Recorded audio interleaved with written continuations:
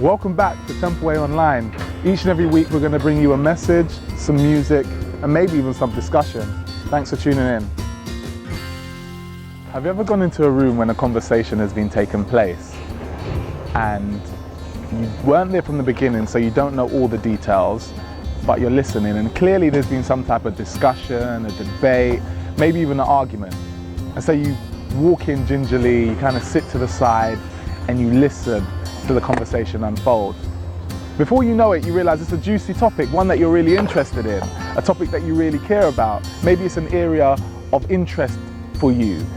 And so you want to get involved in the conversation, but you know that you don't have all the context. So it would be foolish at worst to get involved and to meddle in a conversation that you really had no place being in. And so you sit and you wait and you sit, itching to get involved in the conversation, but deep down knowing it's just not your place. And sometimes there's those moments where, even though you've not been privy to the conversation, even though you've not been there for the majority of it, you walk into the room and you're sure they're talking about you. You're like looking around sheepishly because you just have this feeling that, you know, the way the conversation hushed when you came in, they must have been talking about you, right? And so again, you sit there gingerly, sheepishly, wanting to ask the question, were you talking about me? But you realize that would sound a little bit neurotic and slightly crazy, so you don't. You just sit there, waiting. Or maybe it's even happened to you online.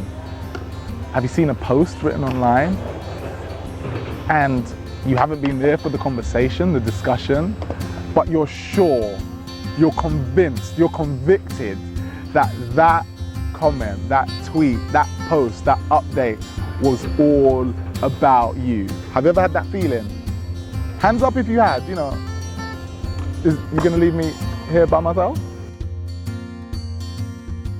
Sometimes I get this feeling about life in general, you know, when I hear about what's going on politically or economically or issues that are happening in other countries. I really get this sinking feeling at times that maybe I'm part of a bigger story, a story that I've entered without knowing, a story that I wasn't there for the beginning of and I might not be there at the end of. But nevertheless, I'm in this story and this conversation is happening and something's going on, but I'm not privy to all the information. Something's going on and it affects me, but I don't have all the facts. And that leaves me, and maybe it leaves you, with an eerie, sinking feeling. And while we don't have all the facts, all the figures, all the data, all the stats, we all have a sense that there is something going on in our world, that there is this tension, this interplay between good and evil. And we always, most of us, I believe all of us, deep down we want to be on the good side and we don't want to be on the evil side, right? We want the good things, the pleasant things, the positive things to be in our life and to happen to us, and we don't want the negative, the evil, the bad things to manifest in our life or to affect those people we love. And sometimes we don't know who's on the good side, who's on the bad side. Sometimes people switch roles, sometimes there's grey areas. I understand all of that, but nevertheless, we have a desire for the good things in life, right? And everything else, and for everything else, we have this kind of deep, sinking feeling that we are part of something and that there is some type of battle going on. I'll tell you who understands this very well. Hollywood. Hollywood understands this very well.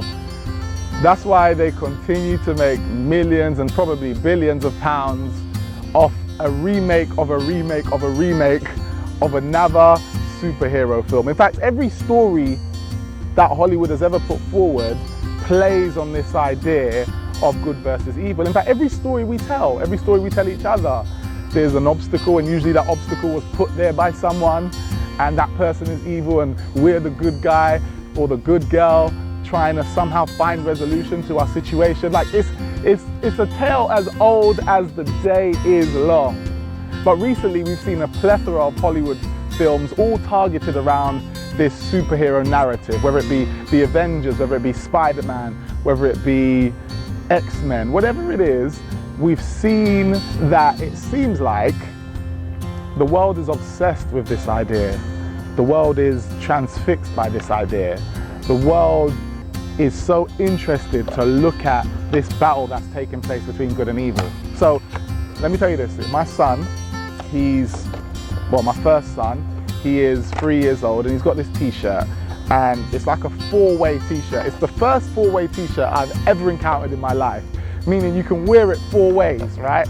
So you wear it this way round, on the front there's a picture of Captain America.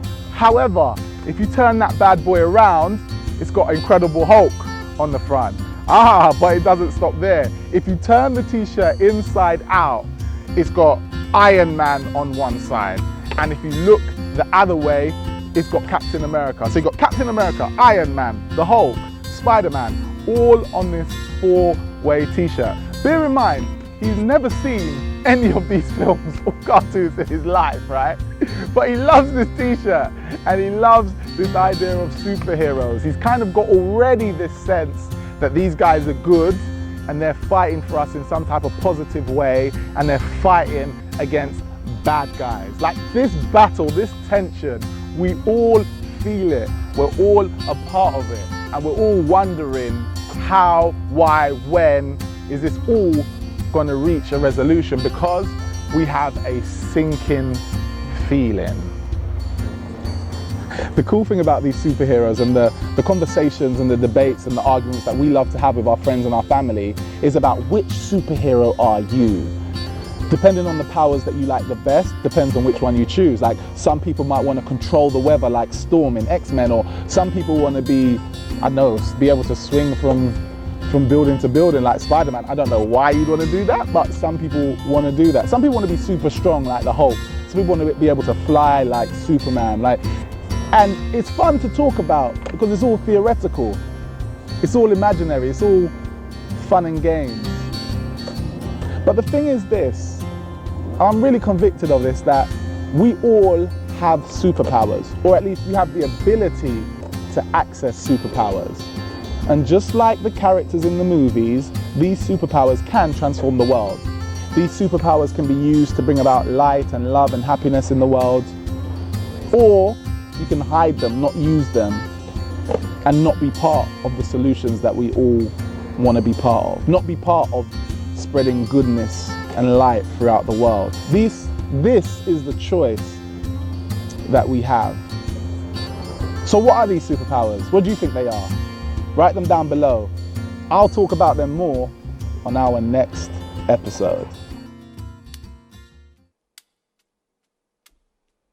Come out of hiding, you're safe here with me. There's no need to cover what I already see. You've got your reasons, but I hold your peace. You've been on lockdown and I hold the key. 'Cause I loved you before you knew it was love, and I saw it all, still I chose the cross. You were the one that I was thinking of when I rose from the grave. Now rid of the shackles, my victory's yours. I tore the veil for you to come close. There's no reason to stand at a distance anymore. You're not far from home. I'll be a lighthouse when you're lost at sea, and I will illuminate everything. No need to feel frightened by intimacy.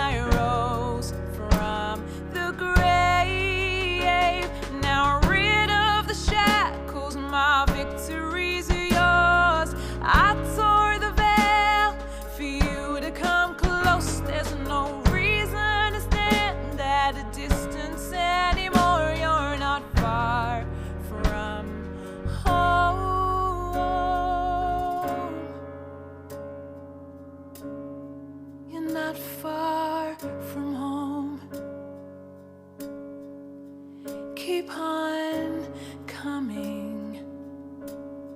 Yeah. And oh, as you run, what hinder love will only become part of the story. And oh, as you run, what hinder love will only become part of the story. And oh, as you run, what hinder love will only become part of the story. And oh, as you run, what hinder love will only become part of the story.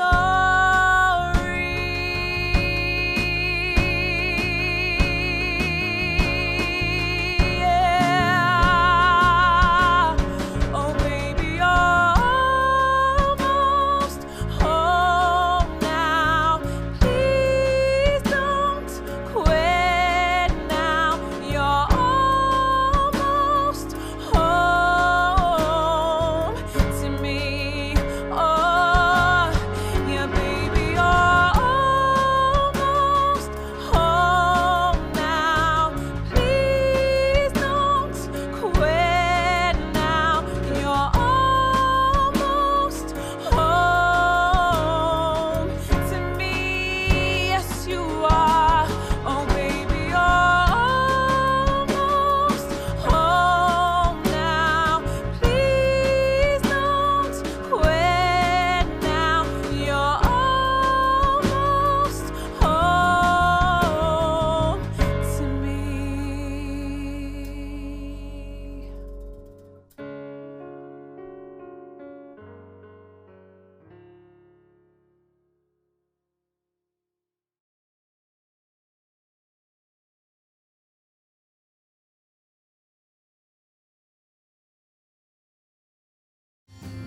If you enjoyed that, be sure to check out the SEC Media YouTube page under the playlist The Dark Room for some more great videos. Thank you so much for tuning in to Templeway Online. I'll see you again next week. Peace.